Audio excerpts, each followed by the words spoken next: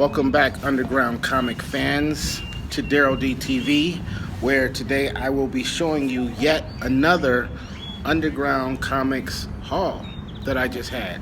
Now, just yesterday, as a matter of fact, I had a little free time, and so I decided to take a trip over to Greg's Comics here in town. Greg's he's located in Mesa, Arizona, and he's pretty much, if you've seen any of my other videos, he's pretty much the only guy in town that has a bulk amount of underground comics. Well, that bulk is becoming smaller and smaller because of me and some other guy, excuse me, I guess that's been shopping there as well. So I picked up a nice little stack yesterday that I want to show you about. There might be one or two in here that I may have shown before, but I'm not sure. So we'll just have to wait and find out.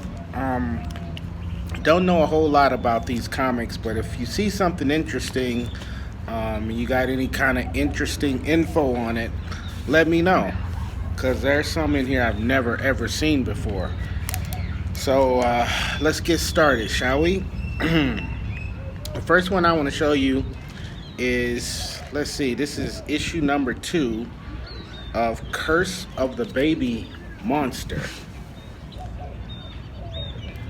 And look at that. This has got some crazy looking artwork on it. Definitely not the type of artwork that I'm into. It says Sloan 1986, 95-cent cover, and the publishing company is Starhead Comics. You ever seen this one before? This is definitely one I'll probably get rid of at some point. And by the way, there's always a little variation in price whenever I go over there, and this haul came out to about $2 a copy, so it's pretty good. Most of these are reader copies. This is issue number 3 of Quack, starring the Beavers.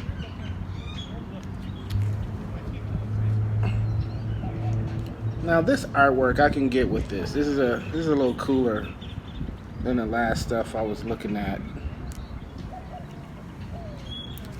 Quack, I've seen maybe 1 or 2 of those along the way.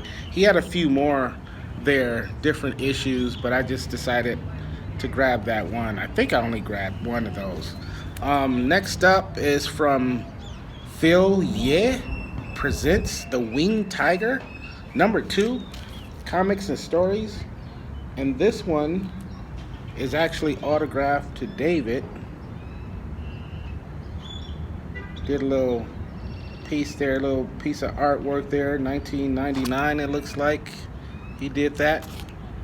I don't know who David is. Hey David, how did I get your copy of Winged Tiger? What's going on here? Okay, here's one that I've never heard of before. Cody Starbuck. You ever heard of that? I'm not sure what issue this is. What can you guys tell me about Cody Starbuck? Definitely looks like some type of sci-fi. It's by Howard Shevkin. This guy holding some kind of cross. It might be some kind of religious something. I don't know. Never heard of it. Help me out, somebody. This next one looks pretty cool. It's from Ripoff Press. We are all familiar with Ripoff. They do some really cool books. This one is Amazon Comics. It doesn't have an issue number on it, and I didn't look inside yet, so I'm not sure what year this is from or what issue this is. But hey, if it's got Ripoff, you know it's got some history. Ripoff and Last Gasp and Kitchen Sink, those are the ones that we are really familiar with. Now this next one, I don't even know excuse me, if this would be considered underground, but it was in there. I kind of grabbed it pretty quick. Issue number 3 of Bathroom Girls. You ever heard of that?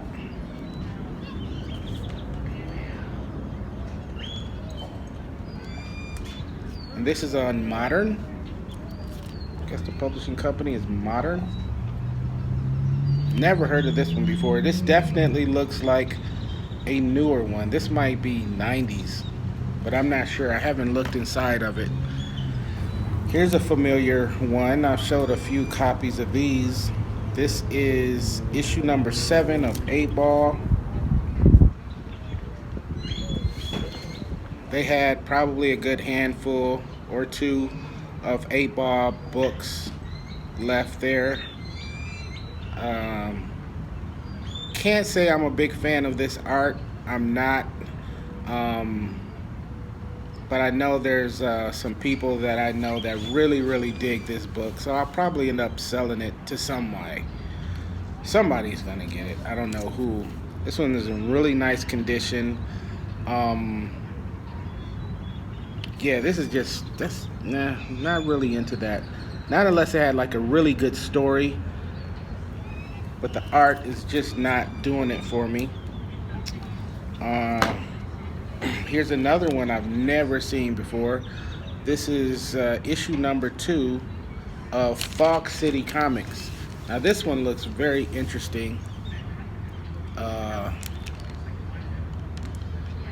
Science fantasy at its finest. STEM part? Is that Canadian? Is this a Canadian book? Comic Crack, help me out. Is that Canadian?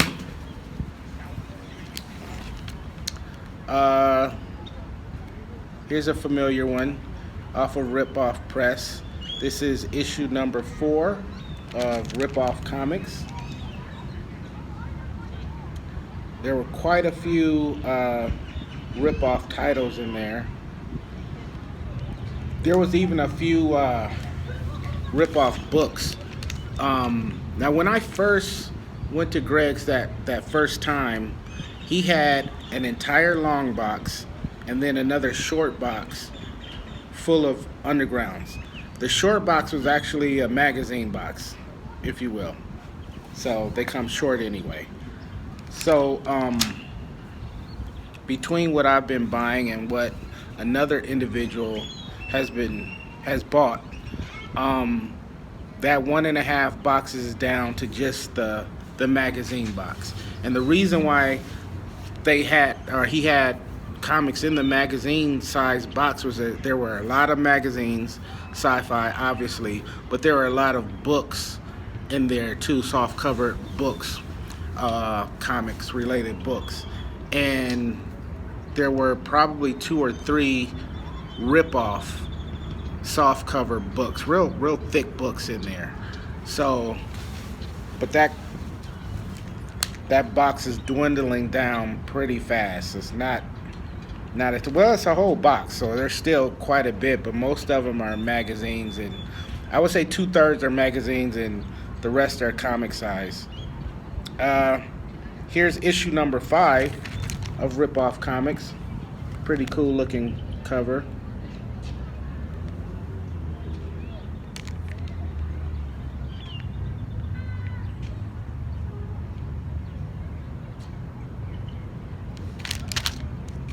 A lot of these look like later pressings too, but I'm not exactly sure. Here's issue number 1 of Quack. Now, did Quack have anything to do with the whole Howard the Duck thing? Because that certainly looks like Howard the Duck to me. Like, that's a spitting image. So what's the story behind that? Did they have anything to do with each other? Is it the same character? Is it the same artist? I'm not sure. Let me know. Now this next one, a familiar one, but this is Zap Comics number 3, and it actually has like a double cover, and I didn't know which cover I should show, putting it in this bag, but I'm just going to take this out because I want you to see both sides of this. Some of you guys are already familiar with this, but this was a small surprise for me. So you have that side, and then you have that side. And it's not like inside, you know, all of the book goes in one direction. Like that's up, but then if you turn it upside down and you go to the end, or the other, I should say the front, same thing. It's upright. So yeah.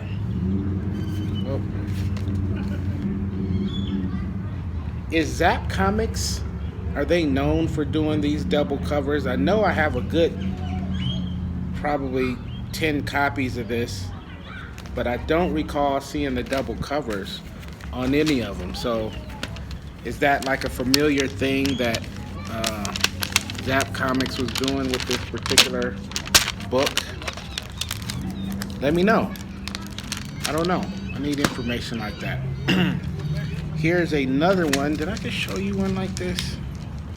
I sure did. Here's another issue of Fog City Comics, number 3 from Stampart. I am guessing this is from Canada. Artwork is really cool and detailed. Look at that.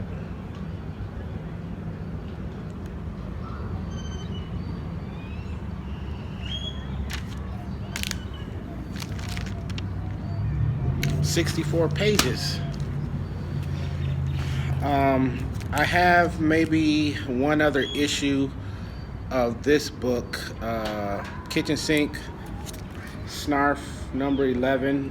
I actually have the one that I've shown you before with the Richard Corbin cover.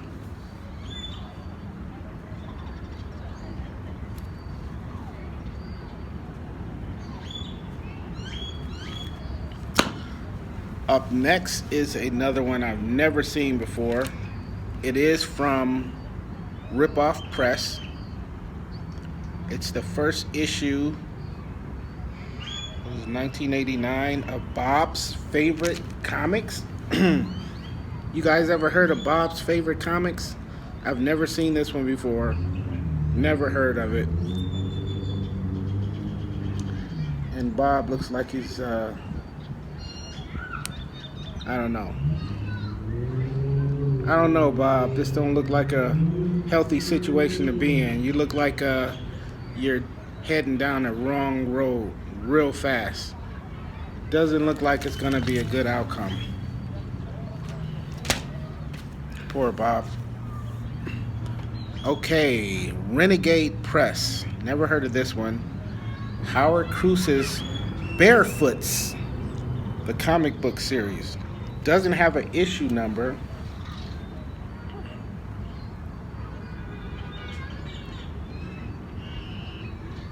I'm not even sure if this would be considered underground or not. Well, it's got comics with the X, so there you have it.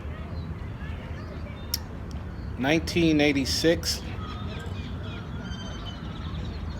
Artist is, just says the last name is Cruz. You guys familiar with that? Excuse me. Then let's see what we have. This one is issue number 2. The Overland Vegetable Stagecoach presents Meef, M-E-E-F. What is this? What in the world is this? You guys ever heard of this? Does that say Meef? This is wow. This is, yeah, this is a wow one. Maybe I shouldn't have picked this one up. There's no telling what's inside this book. You ever heard of that? Am I saying that right? Is that Meef? This is some wild looking stuff. Can't see.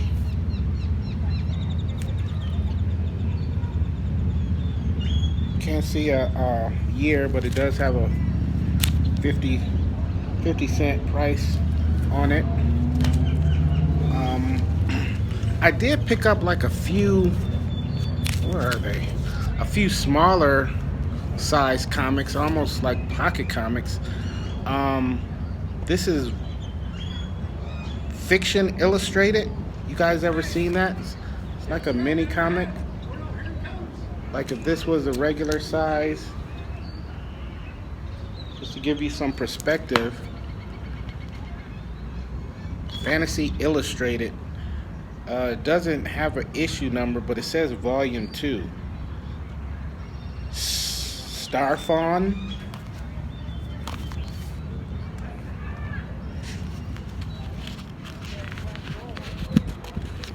Have you guys ever heard of this?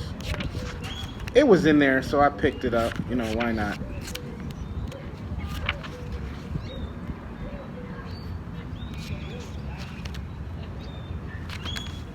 Looks cool. Starfawn from Fiction Illustrated. And then Zippy Stories from Ripoff Press. This too is a small one in perspective. Mini comic. Pocket comic almost.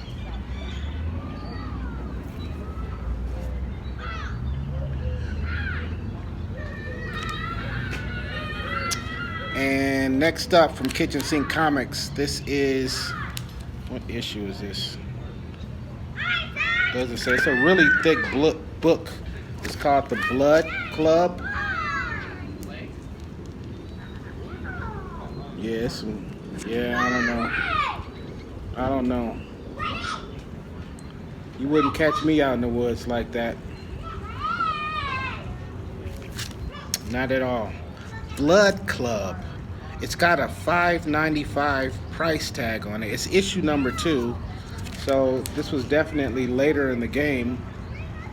Can you guys give me any insight on this book? What can I expect here? Here's another familiar one. This says issue number 3 from Kitchen Sink. This is Death Rattle. We all know about Death Rattle, right? I definitely have a few of these. At least one. I think I have one of these. Well, I have a few, but the one with the Corbin cover, which I've shown you, is like a really, really cool cover on there.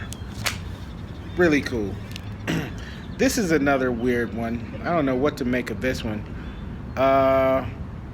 Northwest Cartoon Cookery. And I can't see an issue number, but this is what this book looks like. And I guess Bigfoot got his hands on somebody and he's gonna have a, I don't know. He probably ate the rest of this guy already. Oh yeah, I guess he did, look. Yeah. Ever heard of Northwest Cartoon Cookery? Because I certainly haven't. All right, the next one. I'm not sure if this would be considered underground. I haven't taken this out. I should take this out. This is called Drought Chick.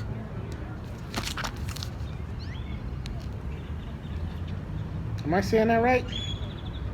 Drought Chick. Let's take this out, man. Let's see what's in here. See what this is all about. Could this be considered an underground comic? Okay. Okay, so the artwork is kind of almost Sunday paper type of cartoons. This might not even be considered underground at all. Sherry Flanagan, 1977, out of San Jose, California.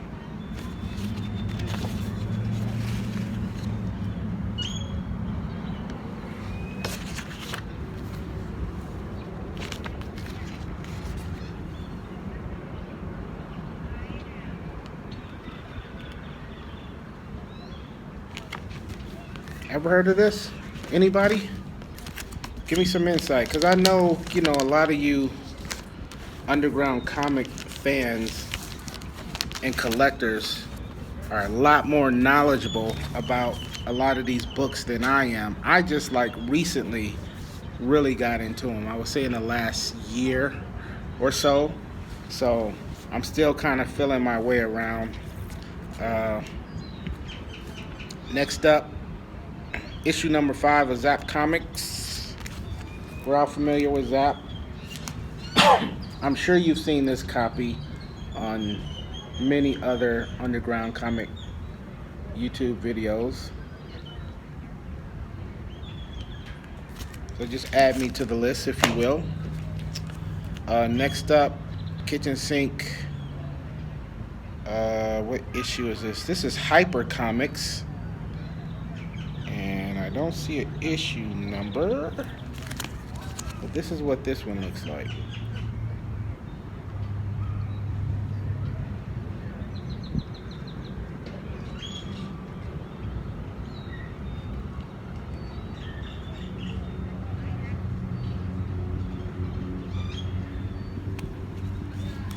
I could have swore I recently heard somebody talking about this, or some type of rock band type underground comic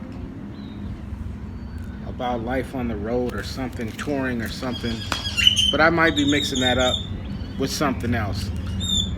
Okay, next up, from Last Gasp, The Adventures of the Little Green Dinosaur. I don't see an issue number on here, but this definitely looks like early 70s.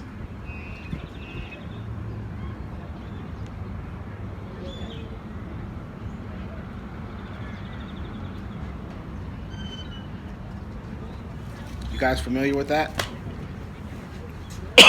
Excuse me. We're getting down to the end of this haul. I did pick up some magazines, a few magazines that definitely are in need of some new backs and boards. This is called Smile, number 3 from Krupp Comics. Does that look familiar? Look at this guy.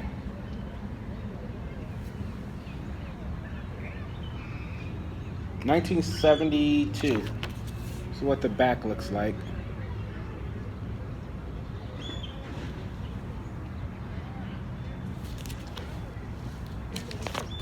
Kind of wow.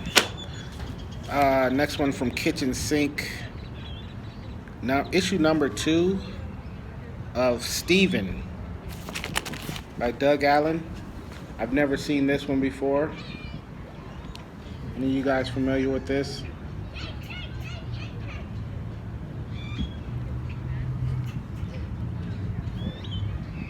What is this book about?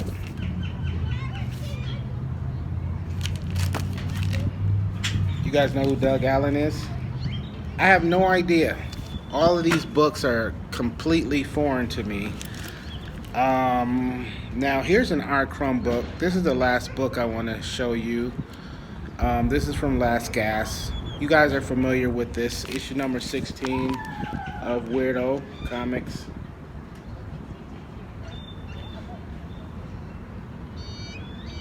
They had a lot of Weirdo magazines in there, and I think I may have grabbed 1 or 2 in the past, which I may have shown you on past videos. But this was Crumb's magazine, and that about does it. So yeah, like I said, there are probably there's a good amount of magazines left, a good amount of books left in that one magazine box, and probably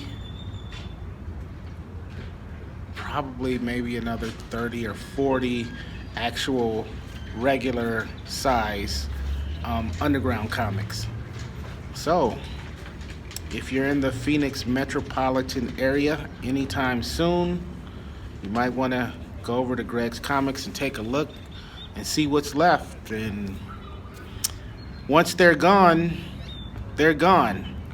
Like I said, there's not a whole lot in the city. Every now and then, I'll find one in the dollar books.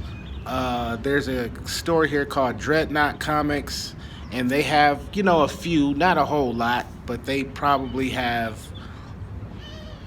maybe 15 or 20 high grade books. They're a little bit more pricey over there. Other than that, they're just kind of sporadic here and there if you find them. So, and that seems to be the case just about everywhere. People don't really hold on to the underground stuff like that. I don't know. Maybe it's not taken seriously, or it's kind of pushed to the side. A lot of stores are so kid friendly and gamer friendly that they won't even sell those kind of books in their stores at all. I've come across a few stores that was like that. So you got to just grab them where you can grab them. It seems like there's just like a small cult following of collectors like myself who are kind of into these books. But I have a lot of them. I'm not going to keep all of these. I'll eventually be making a claim sale video eventually when I can get my hands on all of them, because right now I'm in the process of looking for another place to live, so a lot of my stuff are in storage. So these will be going straight to storage until I get settled.